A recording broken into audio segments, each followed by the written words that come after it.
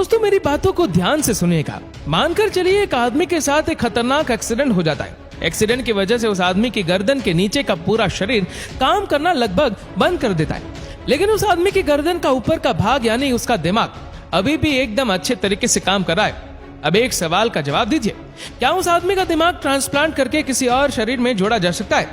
ये एक ऐसा सवाल है जो लंबे समय से दुनिया भर के वैज्ञानिकों के दिमाग को परेशान करके रखा हुआ है। उनका मानना है कि जब किसी आदमी का लिवर ट्रांसप्लांट हो सकता है, हार्ट ट्रांसप्लांट हो सकता है, स्किन ट्रांसप्लांट हो सकता है, एयर ट्रांसप्लांट हो सकता है, तो फिर किसी का दिमाग क्यों नहीं? शरीर के बाकी अंगों की तरह किसी इंसान के दिमाग को ट्रांसप्लांट करके किसी और के शरीर से क्यों नहीं जोड़ा जा सकता? इसी बात को सोचते हुए साल 1900 के दौरान एक ब्रिटिश वैज्ञानिक ने एक अलग नस्ल के कुत्ते की खोपड़ी को उसके शरीर से अलग करके दूसरे नस्ल के कुत्ते के साथ जोड़ दिया। वैज्ञानिकों को इस बात का पूरा भरोसा था कि जैसे ही सर्जरी पूरी होगी कुत्ता होश में आ जाएगा, लेकिन अफसोस कि वह ऑपरेशन के लगभग एक सप्ताह बाद भी कुत्ता होश में नहीं आया और पता चला उस कुत्ते की मौत हो चुकी है। इसके बाद लगभग साल 1966 के दौरान एक बंदर के साथ ऐसा किया गया। इस बार वैज्ञानिकों को थोड़ी सफलता मिली और हुआ ये कि खोपड़ी को अलग करके किसी दूसरे बंदर के शरीर के साथ जोड़ने के बाद बंदर होश में भी आ गया, लेकिन अफसोस कि बंदर का शरीर का कोई भी अंग काम नहीं कर रहा था और लगभग 9 दिनों के बाद उस बंदर की मौत हो गई। जिसके बाद लगातार इस विषय पर दुनिया भर के वैज्ञानिक शोध करते रहे कि आखिर किस तरह करके किसी इंसान की खोपड़ी ट्रांसप्लांट की जा सकती है। अब जो आगे मैं आपको बताने जा रहा हूँ उसे सुनने के बाद कहेंगे आप कि क्या ऐसे भी एक्सपेरिमेंट वैज्ञानिकों ने किए हैं? लगभग 80 साल का वक्त निकल चुका था, जिसके बाद साल 1982 में न्यूयॉर्क सिटी के माउंट सिनाई मेडिकल कॉलेज में एक डॉक्टर ने चूहों के ब्रेन का ट्रांसप्लांट करने की कोशिश की। डॉक्टर ने कई घंटे लगातार मेहनत करने के बाद उस ऑपरेशन को सक्सेसफुली कर दिया और हैरानी की बात तो यह है कि चूहा बिल्कुल सही सलामत था और उसका पूरा अंग एकदम ठीक तरीके से काम कर रहा था। जिसके बाद 6 जून 1998 में पैट्स पर मेडिकल सेंटर सर्जन की टीम ने वर्ल्ड का सबसे पहला ट्रांसप्लांट किया, जिसमें उन्होंने दिमाग के एक सेल को ट्रांसप्लांट किया था। यानी डॉक्टर ज्यादा बड़ा रिस्क नहीं लेना चाहते थे, इसलिए पूरे दिमाग को ट्रांसप्लांट करने के बजाय दिमाग के एक छोटे से हिस्से को ट्रांसप्लांट किया। ट्रांसप्लांट तो ठीक ठाक हो गया, लेकिन अफसोस की सर्जरी के दौरान किसी गलती के कारण एक 62 साल की महिला के दोनों पैर पैरालाइज हो गए। ये घटना साल 2013 की है, जब एक न्यूरोसर्जन के प्रोफेसर से कई लोगों ने ये बात पूछी थी कि जिस तरह से एक शरीर से लीवर निकाल कर ट्रांसप्लांट किया जाता है, क्या उसी तरह एक खोपड़ी को निकाल कर दूसरी खोपड़ी में नहीं डाल सकते?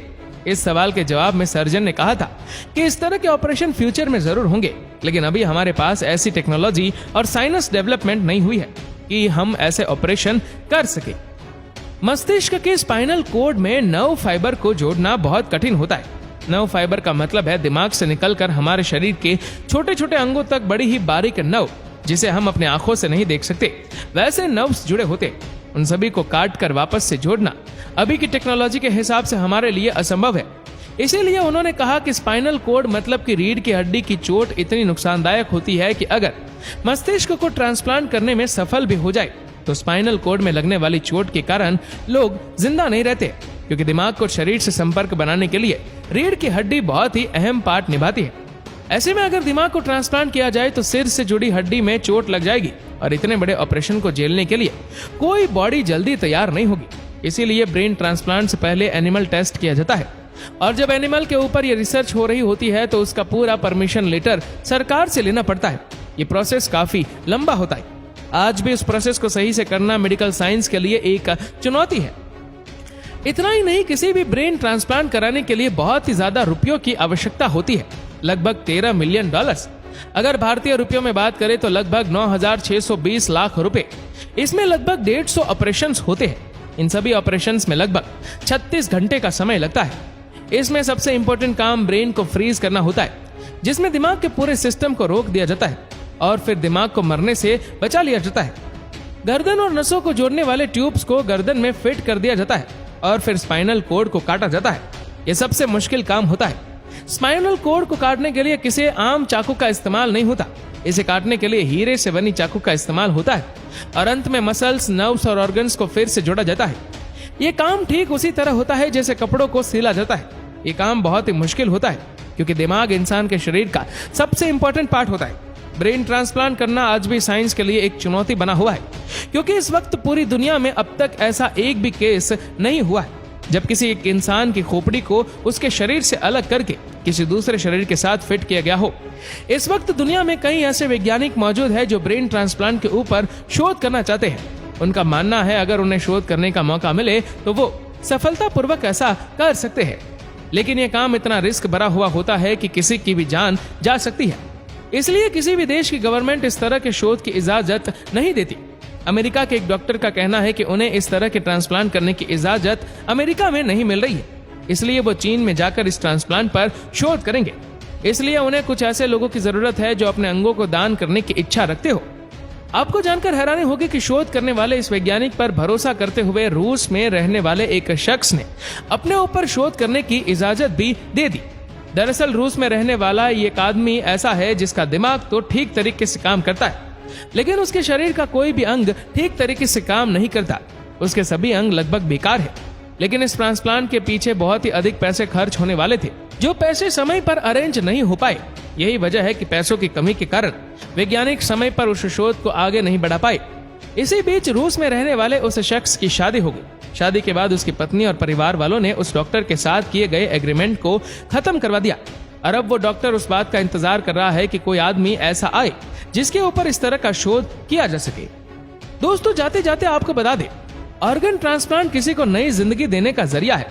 अगर किसी इंसान का कोई अंग खराब हो जाता है तो उसके उस अंग को ट्रांसप्लांट करके उसकी जिंदगी को बचाया जा सकता है। लेकिन आपको जानकर हैरानी होगी, हमारे देश में किडनी के लिए 4 साल, लिवर के लिए 2.5 साल और हार्ट के लिए 2-2 साल की वेटिंग लिस्ट है, क्योंकि कोई भी मृत्यु के बाद अपने चहेतों का अंगों का दान नहीं करना चाहता। बात अगर राजस्थान की करें तो सिर्फ राजस्थान में 20,000 मरीजों को किडनी, 25,000 को लिवर और 8,000 को हार्ट की सख्त जरूरत है। लेकिन सरकार की कई कोशिशों और लाखों रुपए खर्च करने के बाद भी पिछले 2 साल में हालात और बिगड़े हैं। शायद आपको यकीन ना हो, लेकिन इतनी भारी डिमांड होने के बावजूद भी साल 2018 में सिर्फ 4 ट्रांसप्लांट हो पाए और साल 2019 में सिर्फ 1 ट्रांसप्लांट। दोस्तों, अक्सर हमारे कुछ लोगों की मृत्यु इस तरह से होती है जिनमें उनका दिमाग शरीर से पहले मर जाता है। ऐसे इंसान के शरीर के अंग जैसे कि किडनी, हार्ट और लिवर जैसे अंग किसी दूसरे इंसान को नया जीवन दे सकते हैं। आपको जानकर हैरानी होगी कि देश में प्रति 10 लाख पर सिर्फ 30 और राजस्थान में प्रति 20 लाख पर महज 1 डोनर ही मिल पाता है। यानी कि अगर देश में 10 लाख लोगों को किडनी की जरूरत है तो उनमें से महज 30 लोगों को किडनी डोनेट करने वाला आदमी मिल जाता है। यही वजह है कि प्रदेश के 53,000 से ज्यादा लोग कई साल से ऑर्गन का इंतजार कर रहे हैं और अधिकतर लोग तो ऐसे हैं जो डोनर का इंतजार करते करते ही मौत की नींद सो जाते हैं। दोस्तों, आपको बता दें कि किसी इंसान की मृत्यु के बाद भी उसके शरीर के कुछ खास अंग कई घंटों तक जीवित रहते हैं, या कहिए कि इस काबिल रहते हैं कि यदि उन्हें किसी और व्यक्ति के शरीर में लगा दिया जाए तो वो फिर से जीवन देने का काम करते हैं। मृत व्यक्ति के शरीर में सबसे कम समय तक आंखें हैं और सबसे अधिक समय तक किडनी इस लायक रहती है कि उन्हें किसी और शरीर में प्रत्यारोपित किया जा सके। लेकिन अफसोस की जानकारी के अभाव में 99% से ज्यादा लोग ऐसे हैं जो अंग दान में रुचि नहीं रखते। अगर अंगदान किया जाए हर साल तो ना जाने कितने हजार लोगों को मरने से बचाया जा सकता है। दोस्तों, उम्मीद करते हैं जानकारी आपको अच्छी लगी होगी। वैसे जाने से पहले आपसे एक सवाल है, आपके मुताबिक मृत्यु के बाद क्या अंग दान करना सही है या गलत? हमें कमेंट करके जरूर बताएगा। और वीडियो अच्छा लगा हो तो इस वीडियो को लाइक करेगा, शेयर करेगा ज्यादा से ज्यादा लोगों तक, और ऐसे ही और भी इंटरेस्टिंग वीडियोस के लिए सब्सक्राइब करें हमारे यूट्यूब चैनल को और फेसबुक पर फॉलो करें हमारे पेज को। धन्यवाद।